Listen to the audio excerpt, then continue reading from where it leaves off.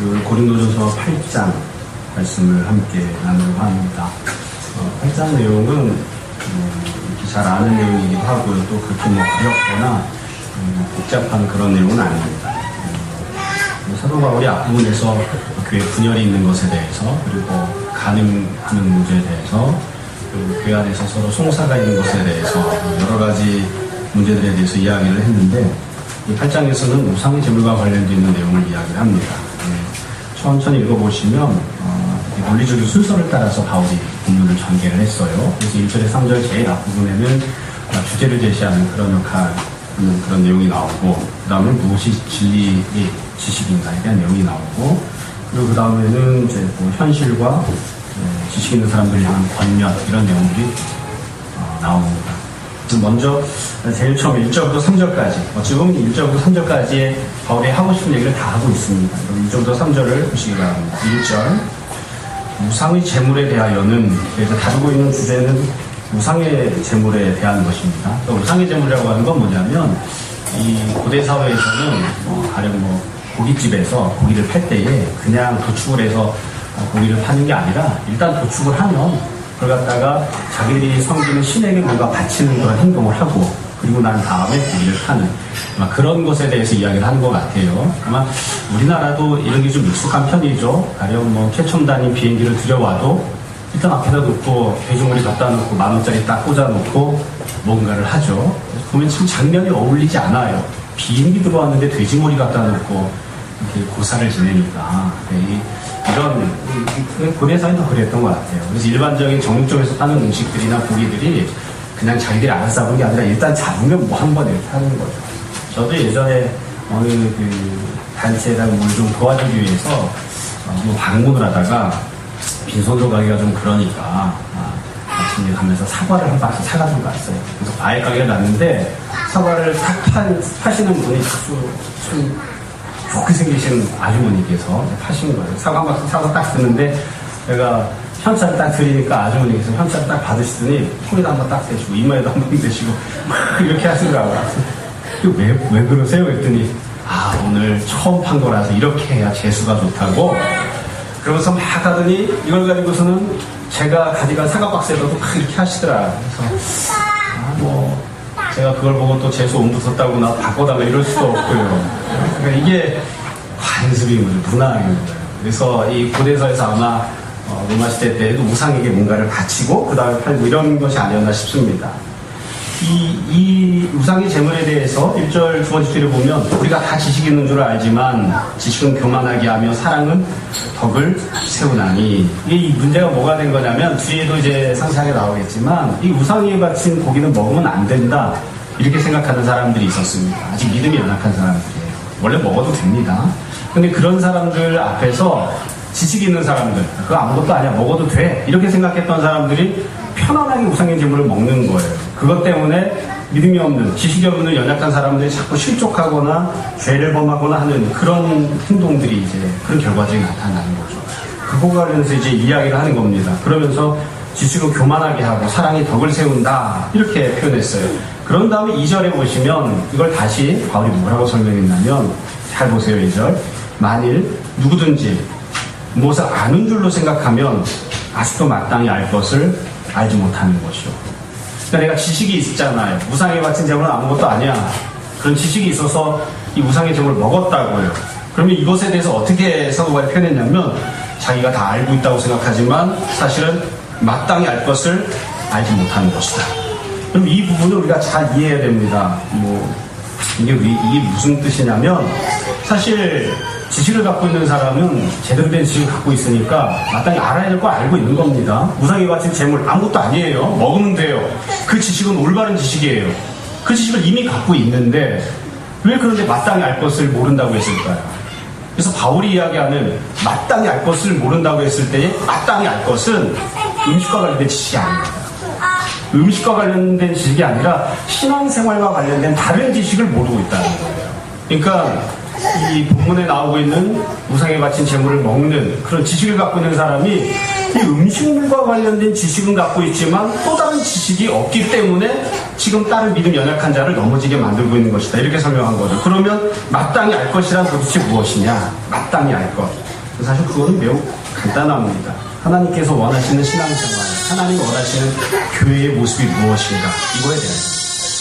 여러분, 왜 우상에 바친 재물을 먹어서는 안 되는가? 바로 뒤에 보면 이것이 옆에 있는 성도를 시험에 빠지게 하기 때문에 먹으면 안 된다고 이야기하거든요. 근데 그러든 말든 막 개의치 않고 뭐 이 고기를 먹고 있는 그런 모습이잖아요. 그러니까 마땅히 알아야 될 건 뭐냐면 하나님이 왜 무언가 음식을 먹어도 되고 먹어서는 안 된다고 말씀하셨는지, 혹은 우리가 신앙생활하면서 이런 행동을 하거나 저런 행동을 하는 것들이 왜 그렇게 하는지를 잘 모르고 있다는 거예요.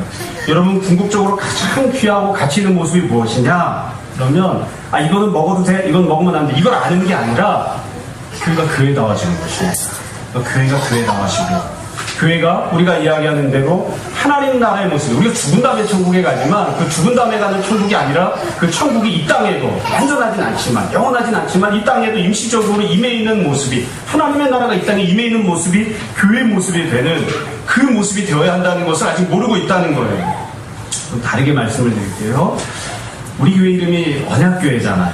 그렇죠? 그래서 종종 어떤 분들은 저에게 질문하실 때가 있어요. 목사님은 언약신학을 좋아하시나 봐요? 아닙니다. 잘 모릅니다. 언약신학. 이름을 짓다 보니까 언약교회가 된 거예요. 또 어떤 분들 이렇게 질문하세요. 신앙생활에서 제일 중요한 부분이 언약인가요? 왜 교회 이름을 언약교회라고 하셨나요? 신앙생활에서 제일 중요한 게 뭘까요? 제일 중요한 거. 언약은요, 신앙생활한테 제일 중요한 부분이 아닙니다.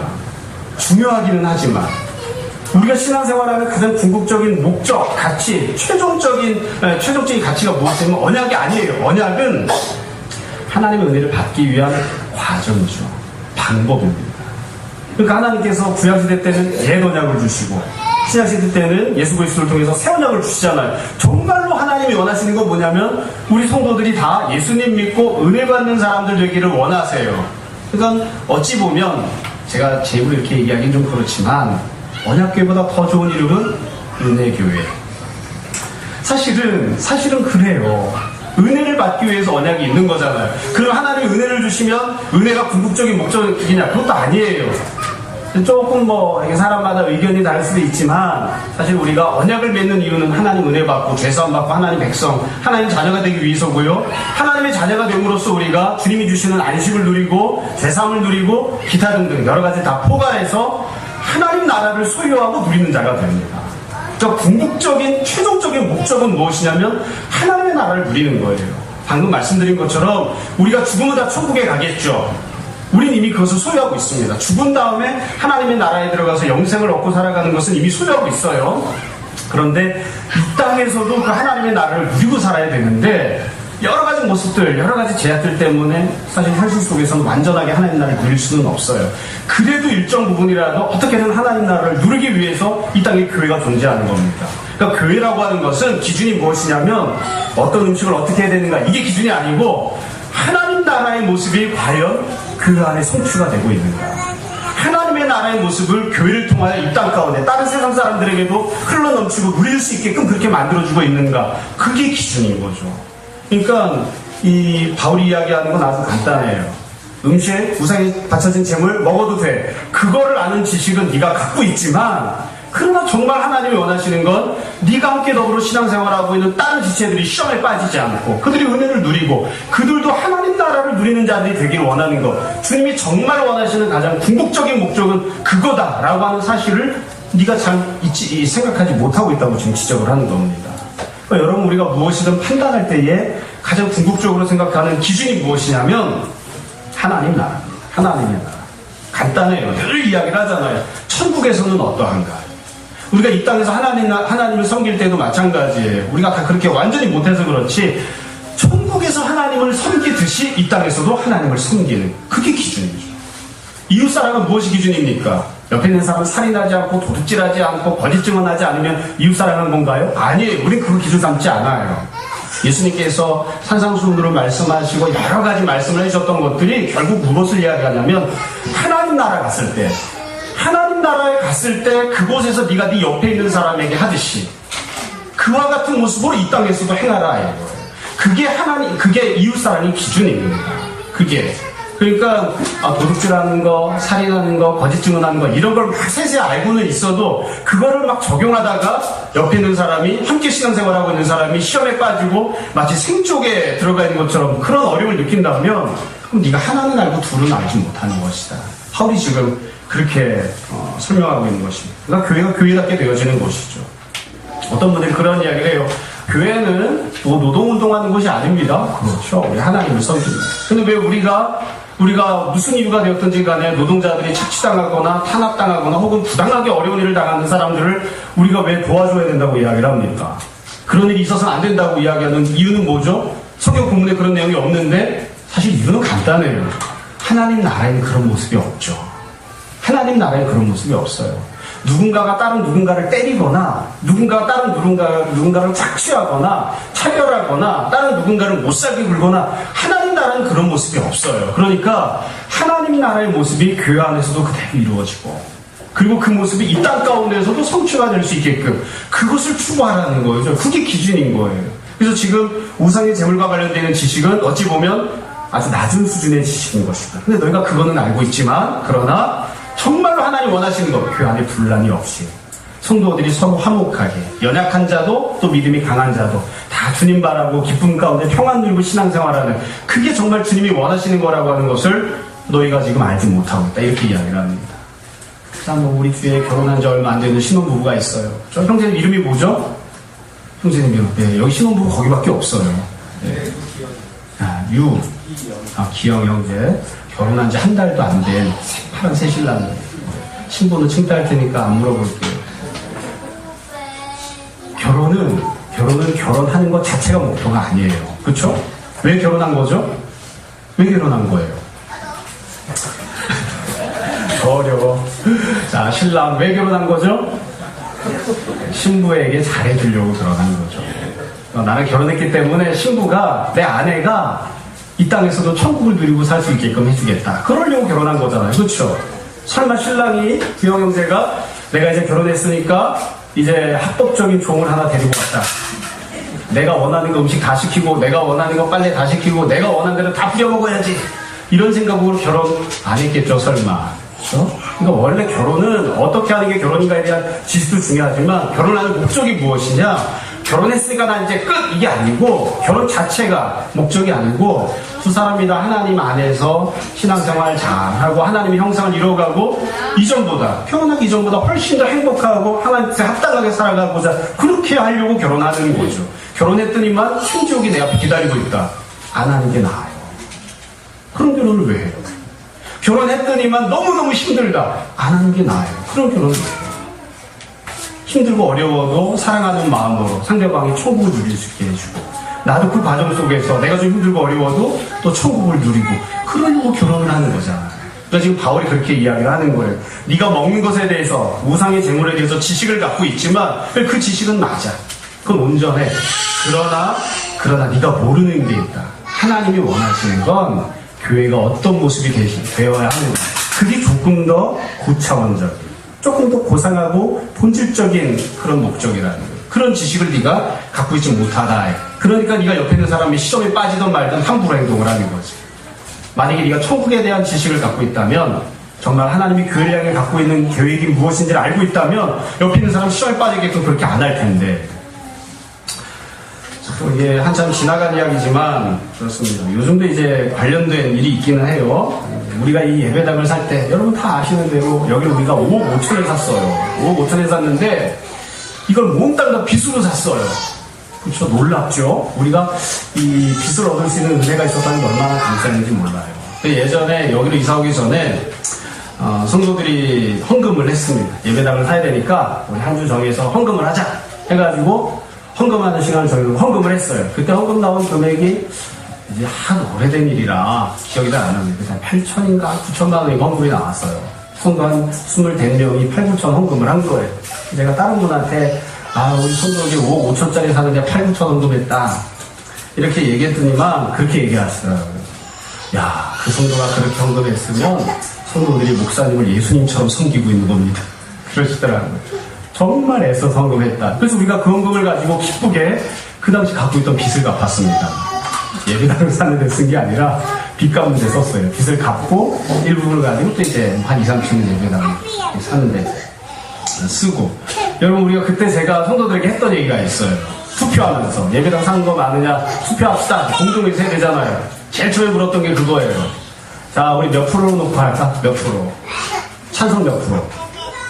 원래 법적으로는 공동회의에서 3분의 2가 찬성하면 돼요. 그러니까 66.6%, 67%가 찬성하면 돼요. 그러니까 원래 공동회의식으로 그렇게만 하면 되는데 원하는 대로 할 테니까 한번 해보자. 자, 70% 놓고 할까? 80% 놓고 할까? 85% 놓고 할까? 우리 성도들 믿음이 좋아요. 85% 놓고 하자고 그러더라고요. 그래서 투표를 했어요. 85%가 찬성하면 찬성하고 85%가 안 되면 그러면 안 사고 하자. 그러면 제가 한 가지 얘기를 더 했습니다. 지금 생각해보면 참 담대했던 것 같아요. 또 한 가지 얘기했던 게 뭐냐면 만약에 나는 예배당 사는 게 너무 부담이 되고 합당하지 않다고 생각한다. 그래서 난 이 예배당을 사면 우리가 다 빚으로 사야 되는데 이러면 나 신앙생활하기 어려울 것 같다. 마음이 시원해질 것 같다. 그러면 공동회의 할 때다가 우리가 뭐 3,000명 투표하는 것도 아니고 24명밖에 투표 안 하는데 투표할 때에 공동회의 투표용지에 써라. 결사반대 이렇게 써라. 한 사람이라도 결사반대라고 쓰면 없던 걸로 하겠다. 우리가 예배당을 사서 어떻게 빚을 지면서라도 예배당을 사겠다고 하는 이유는 신앙생활을 좀 더 잘하기 위해서예요. 잘하기 위해서. 좀 더 윤택하게 혹은 조금 더 넉넉한 상황에서 신앙생활 잘하고 아이들 잘 가르치기 위해서 예배당을 사자고 하는 거지 막 마음에 시험이 들고 힘들고 어려워가면서까지 그렇게 하면서까지 예배당을 살 필요가 있느냐. 예배당 샀더니 막 시험이 들어서 교회를 떠날 판이다. 안 사는 게 나아요. 그렇죠? 저만 그렇게 생각하나요? 여러분들이 우린 다시는 살 일이 없으니까 편안하게 듣다 이렇게 생각하고 계시죠. 또 살 일이 생길지도 몰라요. 사실 이거 왜 하느냐? 왜 하느냐? 더 큰 목적이 있는 거예요. 더 큰 목적이 하나님의 나라를 누리고 옆에는 모든 사람들이 실족하고는 시험에 들지 않고 다 손을 맞잡고 기쁨으로 신앙생활하고 격려해주고 위로해주고 그러자고 이거 하는 거지. 그거를 모르면 세부적으로 이건 이렇고 저건 저렇고 그걸 잘하는 게 무슨 의미가 있겠어요? 별 의미가 없는 거예요. 지금 사도 바울이 그렇게 이야기를 하는 거죠. 그 다음 두 번째로 4절부터 6절입니다. 여기에는 그러면 우상 제물에 대해서는 어떻게 생각해야 되느냐? 지식과 관련되는 돼 있는 내용이 나옵니다. 그러니까 우상 제물은 먹어도 되느냐 아니냐 이것과 관련된 내용이 나오죠. 4절을 보세요. 그러면 우상의 제물을 먹는 일에 대하여 우리가 우상은 세상에 아무것도 아니며 또한 하나님은 한 분밖에 없는 줄 아노라. 비록 하늘에나 땅에나 신이라 불리는 자가 있어 많은 신과 많은 주가 있으나 그러나 우리에게는 한 하나님 곧 아버지가 계시니 만물이 그에게서 났고 우리도 그를 위하여 있고 또한 한 주 예수 그리스도께서 계시니 만물이 그로 말미암고 우리도 그로 말미암아 있느니라. 여기 보시면 사도 바울이 설명하면서 뭐라고 하냐면 우상은 사실은 존재하지 않는다 이렇게 얘기를 해요. 여러분 아마 우리나라는 우상이 너무 많으니까 다 이거 경험을 통해서 아실 수 있는 거예요. 좋은 산에 가면 계곡을 이렇게 쫙 가잖아요. 계곡을 가다 보면 돌을 많이 이렇게 쌓아놨어요. 돌 왜 쌓아놓은 거죠? 정성을 들이는 거죠. 하나씩 쌓아놓으면서 소원을 빌고 소원을 빌어요. 무슨 소원을 비는지 모르지만 그럼 거기서 이렇게 뭐 산신령에게 선녀님에게 아니면 거기서 조금 더 들어가면 참 이렇게 경치 좋은 곳은 다 절들이 선정을 했는지 절들이 또 있고 그렇죠. 그러면 계곡에서 산신령을 향해서 소원을 빌면 산신령이 듣나요? 산신령 자체가 없다고요. 없는데 듣기는 뭘 들어?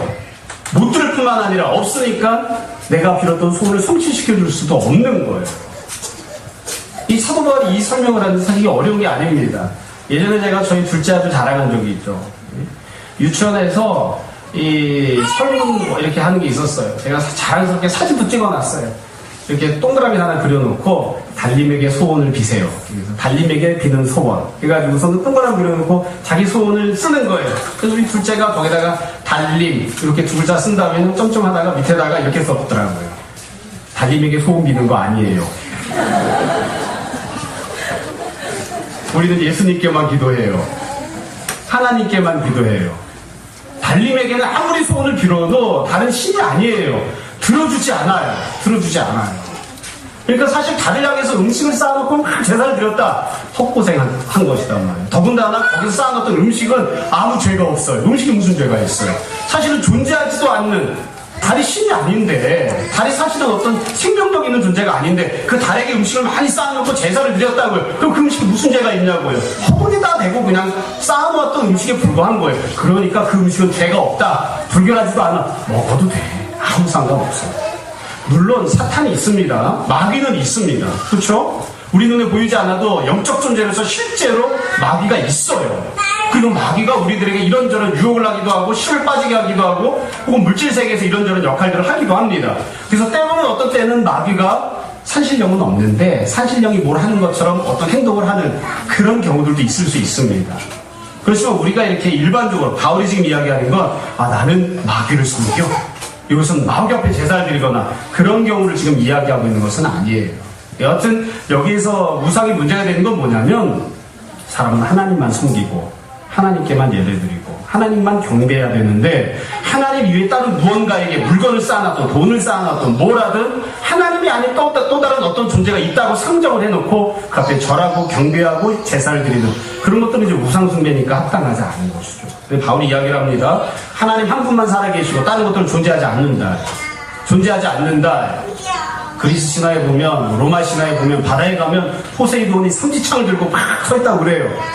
영화 소재가 될 수는 있지만 바다에 가면 포세이돈이 없어요. 그건 없는 겁니다. 없는 존재를 향해서 이것저것을 막 하고 있는 것이죠. 그래서 별로 문제가 되지 않는다. 사실 이 제사 드리는 음식과 관련된 부분은 우리에게는 굉장히 현실적인 문제입니다. 왜냐하면 우리나라 오랫동안 제사를 드려왔기 때문에 그렇죠. 뭐 저는 이렇게 별로 가문이 좋지 않아서 제사를 드려본 적이 없습니다. 그나마 여러분들은 제사 이렇게 드리는 걸 보시거나 그것 때문에 음식 많이 차려본 적이 있을 거예요. 몇 번이나 말씀드렸지만 우리나라 명절 때 음식을 많이 차리는 이유는 딱 하나입니다. 원래 제사상 음식 차리던 습관이 남아있어서 그렇습니다.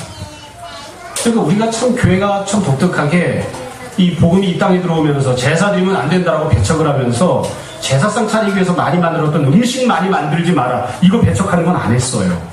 사실은 제사를 배척하면 음식 많이 차리는 것도 배척해야지 돼요. 제사상 때문에 원래 차리던 거니까. 뭐 여하튼 그래서 또 명절을 갖다가 이렇게 지키면 어떻게 지켜야 되냐 하면서 성경적으로 명절을 지키자 이런 분들도 있어요. 성경에 명절이 없어요. 성경적인 방식으로 명절을 지키는 거 그건 없어요. 없는 걸 자꾸 거기서 모든 걸 다 성경에다 끌어붙이려고 하면 안 돼요. 여러분 성경에 나오고 있는 절기들을 생각해 보세요. 6월절 뭐 먹었을까요? 이 성경 퀴즈 시간에 맨날 나오는 거예요. 6월절 도대체 무엇을 먹느냐? 반찬 5가지 안 넘어갑니다. 먹는 음식이 정해져 있죠. 그래서 6월절이 되면 조금만 먹는 거예요. 조금만. 만약 우리가 명절을 성경적으로 하자 그러면 어떻게 되느냐? 가족들이 모여서 일주일 동안 딱 정해놓은 음식, 뭐 누룩 안 들어간 떡, 그다음에 뭐 쓴나물 이런 거 한 두세 가지만 딱 펼쳐놓고 가족들이 일주일 내내 말씀 읽고 기도하고 찬양하고 예배드리고 그것만 해야 돼요. 그게 성경적인 명절이에요. 그게. 가끔 이제 며느리들이 고민하는 게 그거예요. 음식을 만들어도 되느냐? 만약에 이 음식을 사람들이 먹는 것, 우리 친제들이나 우리 부모님들이 드신다고 생각하면 당연히 만들어도 되죠. 근데 고민하는 건 그거잖아요. 열심히 만들면 실제로 우리 부모님들이나 친지가 먹는데 그거에 앞서서 제사상에다 갖다 놓고 제사를 드리지 않느냐. 그래서 과연 이렇게 제사 드리는 제사 음식으로서 이런 걸 먹어도 되는가, 우리가 만들어도 되는가? 여기에 대해서 이제 고민을 좀 하죠. 여러분들은 어떻게 생각을 하세요? 고민하시는 분 있나요? 조상은 신으로 돌아다니지 않습니다. 제사상 차려놓고 그 앞에 절을 했어도 그 앞에 아무도 없어요. 우리가 살아가는 조상은 천국에 갔든 지옥에 갔든 끝난 거예요.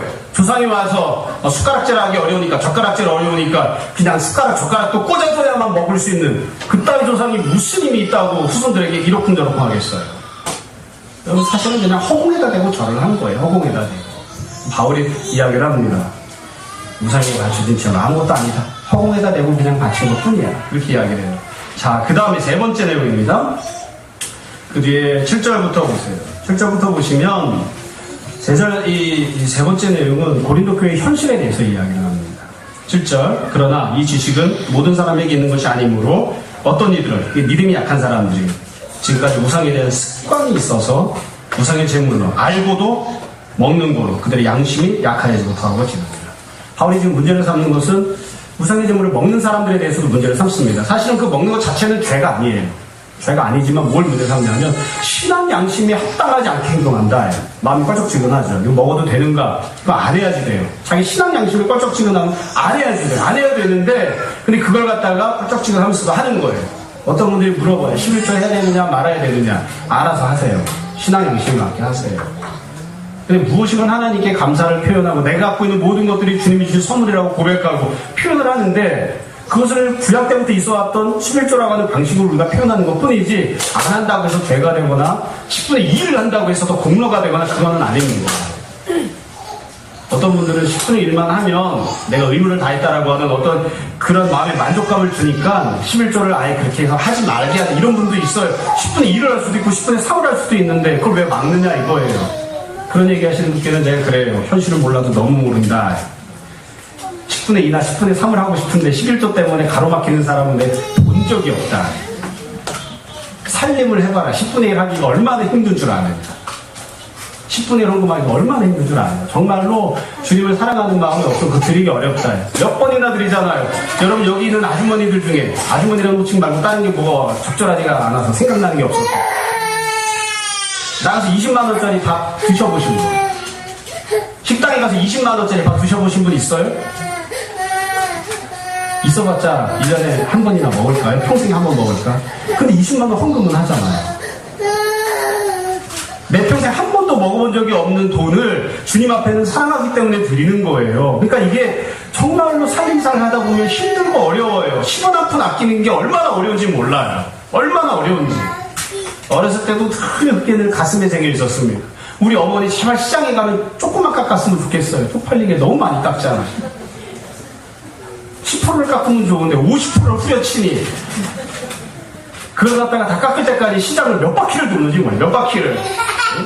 콩나물 그거 깎아서 얼마나 된다고. 그냥 저 어렸을 때부터 어머니 따라서 늘 시장을 따라다녔거든요. 제가 짐을 들고 다녀야 되니까. 그래서 태산이 어렸을 때부터 짐꾼이에요. 저는. 짐을 들고 다니는데 어머니가 이렇게 가시다가 보고서 아유 이거 얼마예요? 5,000원이에요. 아유 2,000원이면 충분하네. 제가 옆에서 듣기에도 참 황당해요. 장사하는 사람은 기가 차서 그냥 가라고 하지. 한 바퀴 삥 돌으셔. 그 다음에 가서 또 물으셔. 똑같은 사람은 이거 얼마예요? 얼마나요? 아유 아직도 그거에 2,000원이면 충분할 것 같은데.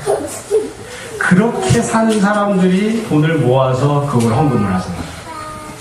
그렇게 해서 그걸로 헌금을 하는 거죠.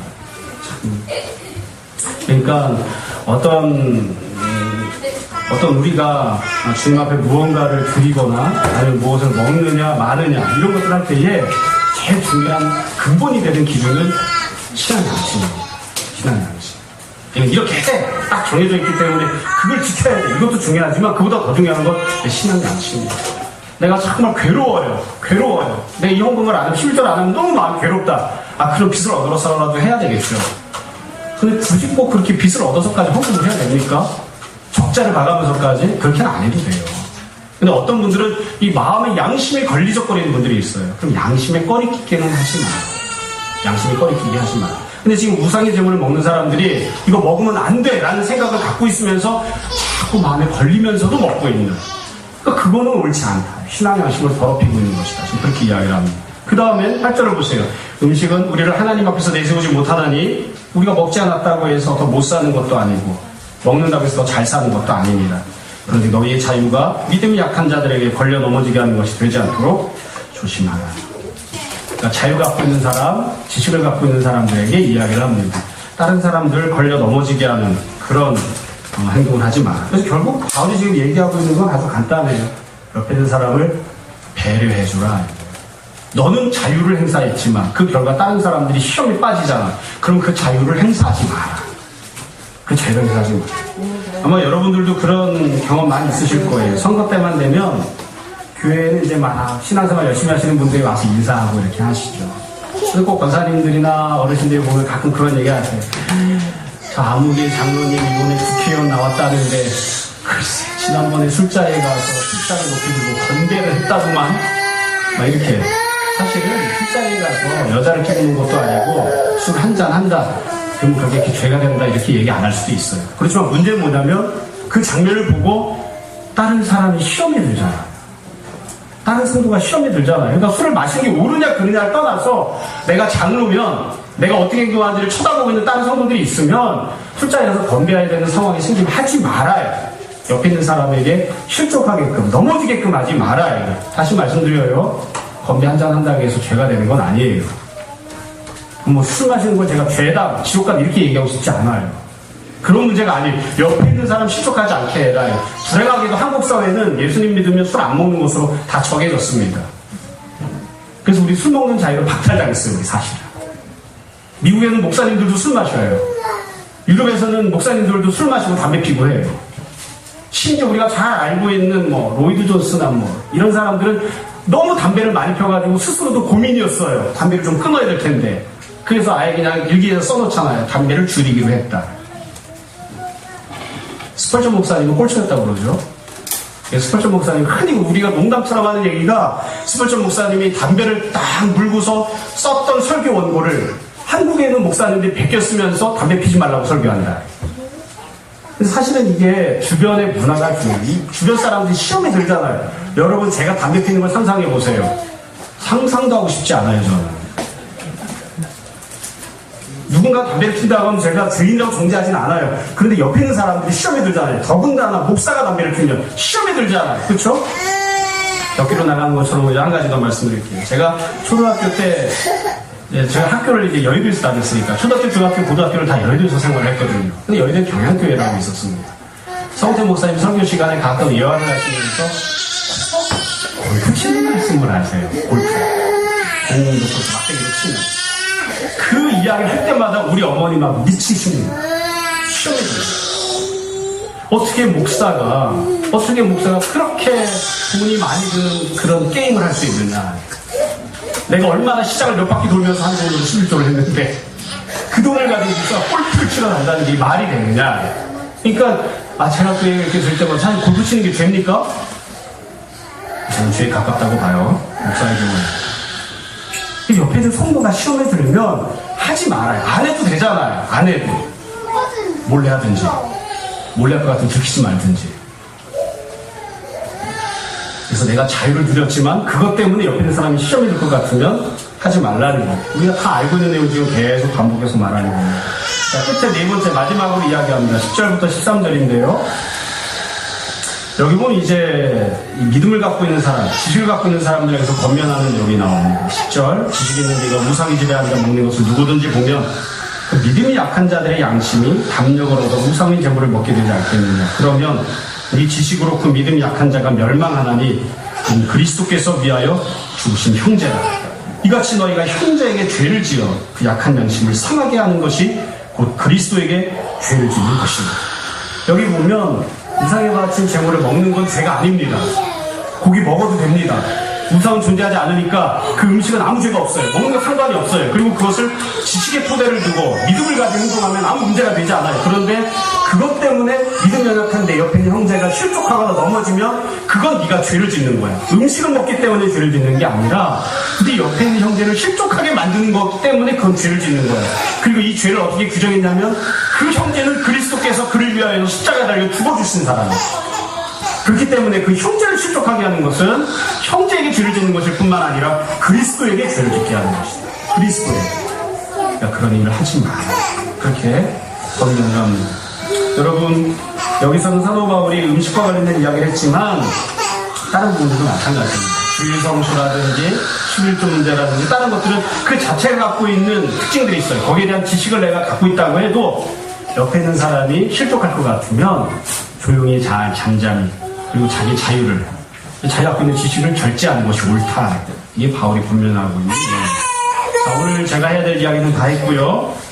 본문과 관련해서 제가 한두 가지, 서너 가지만 간단하게 정리해서 꼭 드리고 싶은 얘기를 간단하게 다시 말씀드리고 오늘 말씀을 마무리하겠습니다. 우선 첫 번째로 전체적으로 봤을 때 바울이 지금 권면하고 있는 이 내용은 신앙생활, 그러니까 이 교회에서 생활하는 것과 관련된 내용이 아닙니다.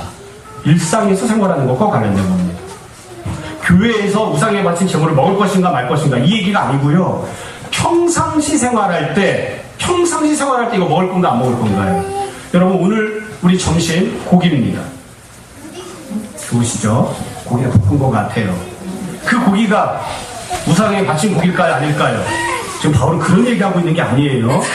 집에서 뭔가를 먹을 때 성도들끼리 교제하면서 음식 먹을 때요. 그러니까 지금 바울이 이야기하는 건 네가 평상시에 일상적인 삶을 살 때에 교회 나서 예배 드리는 거 말고 일상적인 삶을 살 때에 옆에 있는 다른 사람 시험에 빠지게 하는 행동 하지 마라 이거예요. 이거 확장해서 이야기하자면 굳이 음식 먹는 것뿐만이 아니라 다른 모든 부분들에 있어서도 옆에 있는 사람 시험에 빠지게 할 것 같으면 평상시에 그거 하지 마라 이거예요. 이해가 되시죠? 여러분이 한 가지를 이야기하고 두 번째로 넘어갈게요. 여러분 나시 입어도 됩니다. 권사님들은 나시 입어도 아무도 쳐다보지 않으니까 부담 없이 입으셔도 돼요. 부담 없이 나시 입어도 됩니다. 아가씨들은 조금 절제해주세요. 우리 입을 아가씨가 별로 없어요. 아가씨가 별로 없으니까. 자매님들이 별로 없으니까. 왜 우리가 나시를 입지 말라고 하는 거죠? 나시를 입으면 뭐라고 해요? 나시가 정확한 게 이름이 맞나요? 아시죠? 나시뿐만이 아니라 조금 많이 노출되는 옷을 입으면 죄인가요? 아니에요. 죄 아니에요. 그거. 그렇게 입어도 돼요. 저 같은 사람은 제가 보면 예전엔 시험에 들까봐 안 쳐다봐 요즘은 보면 왜 그런 옷을 입는지 이해가 돼요. 예뻐 보이더라고요. 아, 이 예쁘라고 입는 거구나. 저는 그런 생각이 안 들었는데 예뻐 보여요. 시원해 보이고.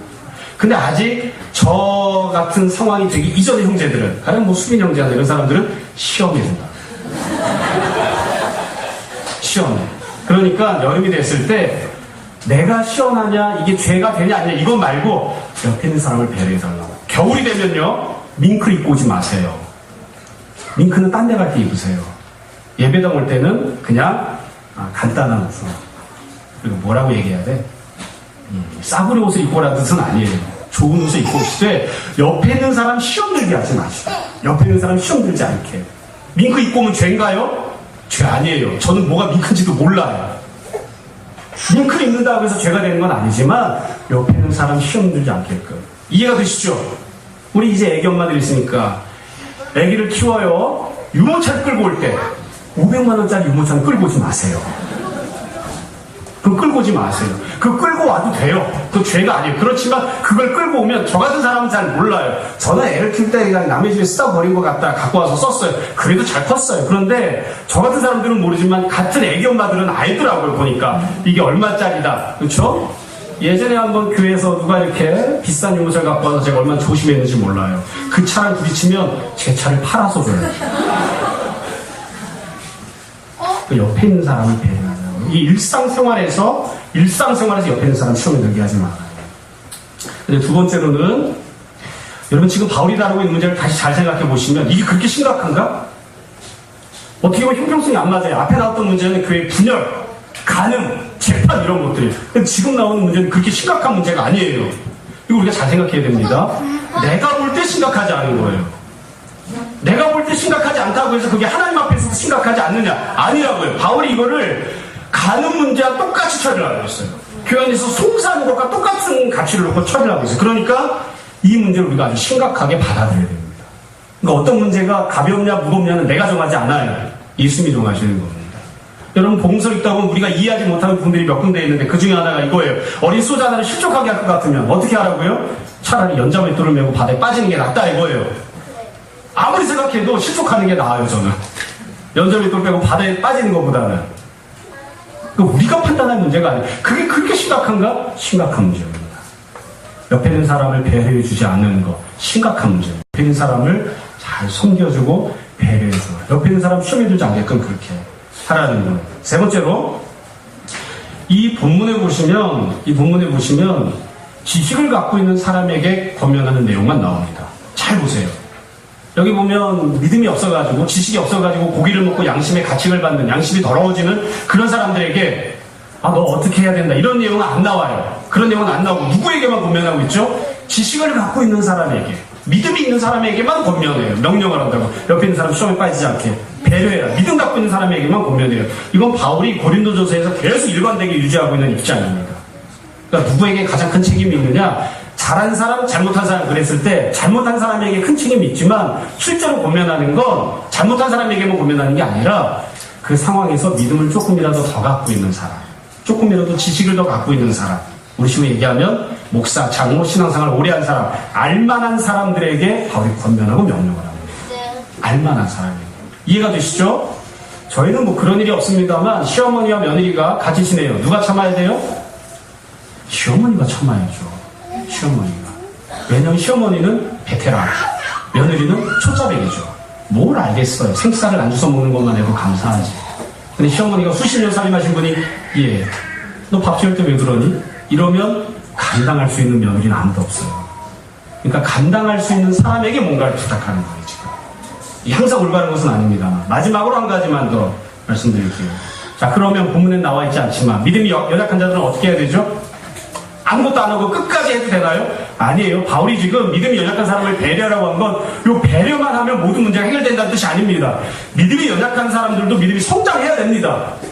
지식에 있어서 굳건한 지식을 갖고 있는 사람들이 되어야지 돼요. 양심의 가책을 받지 않고 무상에 바친 재물을 먹을 수 있는 그런 수준으로 올라서야 돼요. 근데 바울은 거기에 대해서는 권면하지 않아요. 아직 그럴 만한 단계가 못 됐기 때문이에요. 지식 있는 사람들이 배려도 안 하고 있는 판국이니까 그 사람들을 어떻게든 성장할 수 있게끔 도와주는 일은 더더군다나 이야기도 못 꺼내고 있는 것 뿐이에요. 그러나 정답은 여기 믿음이 없는 사람, 지식이 연약한 자들이 성장해야 됩니다. 이런 것 따위 때문에 시험에 빠지거나 실족하거나 그런 모습이 아니게끔 성장해야지 돼요. 이해가 되시죠? 조금 더 인간적으로 말씀드리면 배려를 받았잖아요. 고맙다고 이야기해야 됩니다. 고맙다. 그게 기본 아닙니까? 우리가 길거리에서 차를 운전하고 가다가 내가 가고 있는데 옆차가 들어와요. 들어올 때 깜빡이 켜고 들어오죠. 깜빡이 켜고 들어왔는데도 불구하고 교통이 복잡한 데서 들어오면 양쪽 깜빡이를 다 켜주고 고맙다고 표시를 하고 우리가 찾기를 가다가 차를 타고 가다가 차선 하나만 바꿔도 옆에 있는 사람에게 고맙다, 당신이 배려해줘서 참 고맙다 표시를 한다고요. 교회에서는 어떻게 해야 될까요? 당연히 고맙다고 해야죠. 당연히. 나는 약한 사람이니까, 난 초신자니까 무조건 배려받아야지 되고, 내가 잘못하고 있는 것도 인정받아야지 되고, 아니에요. 고맙다. 고맙다. 우리도 다 같이 지내면서 알잖아. 여기 있는 애들 키우는 부모들이 다 애 없는 어르신들을 향해서 다 고마운 생각을 갖고 있어요. 다 참아주고 기다려주고 그래서 함께 예배드릴 수 있게 하니까 다 고마운 마음들을 갖고 있어요. 고맙다고 하고 그러면 또 우리가 더 기다려줄 수 있다. 우리가 더 이 아이를 얼마나 축복하는지 모른다. 날마다 이 아이를 위해서 기도하고 있다. 그렇게 하는 거죠. 그걸 원하는 거예요. 사도 바울은. 그래서 믿음이 연약한 사람, 배려받는 사람들은 감사를 표현하고 그리고 거기서 조금씩 더 성장을 해서 나도 다른 사람을 배려하는 사람이 되는 그런 모습이 되는 것이 온전한 모습입니다. 현재는 그것을 이야기할 만한 상황도 못 되는 것 같아요. 여러분, 신앙생활하면서 제일 고집센 사람들은 종종 이런 사람들입니다. 이게 진리잖아. 그러니까 그대로 해도 돼. 만약에 하나님께서 이건 하지 마! 한 것을 내 옆에 있는 사람이 해요. 그렇다고 해서 그걸 내가 배려해 줄 필요는 없어요. 좀 그런 뜻은 아니에요. 죄 짓는 것을 도와주거나 죄 져도는 상관없이 이렇게 묵인해 주라는 뜻은 아닙니다. 그러나 종종 진리를 알고 있다고 신앙생활을 오래 하고 있다고 이게 진리니까 이대로 행동하는데 뭐가 문제야 라고 옆에 있는 믿음이 연약한 사람을 배려하지 않는 경우들이 있어요. 우리 그렇게 하면 안 됩니다. 교회는 무엇이 옳은가 틀린가를 잘 분별하는 것도 중요하지만 그보다 더 훌륭한 가치는 서로 사랑하고 서로 섬겨주고 옆에 있는 사람을 배려해 주는 것입니다. 그래서 그 사람이 잘 성장해서 같이 든든하게 신앙생활을 하는 그런 모습이 되는 것이 하나님이 정말 원하시는 것이죠. 그래서 교회가 다 진리 안에 든든히 서 있는 교회가 되고 뿐만 아니라 사랑이 풍성한 교회가 되는 그런 모습이 다 우리의 모습이 되었으면 좋겠습니다. 여러분 신앙생활하면서 생각해보면 우리 다 배려받고 신앙생활한 겁니다. 여지껏. 우리가 받은 은혜들을 주변 사람들에게 감사하고 기뻐하고 또 성장한 모습으로 다른 사람들을 배려하는 그런 우리 모두가 다 되기를 주님 이름으로 축원합니다. 잠시 기도하겠습니다.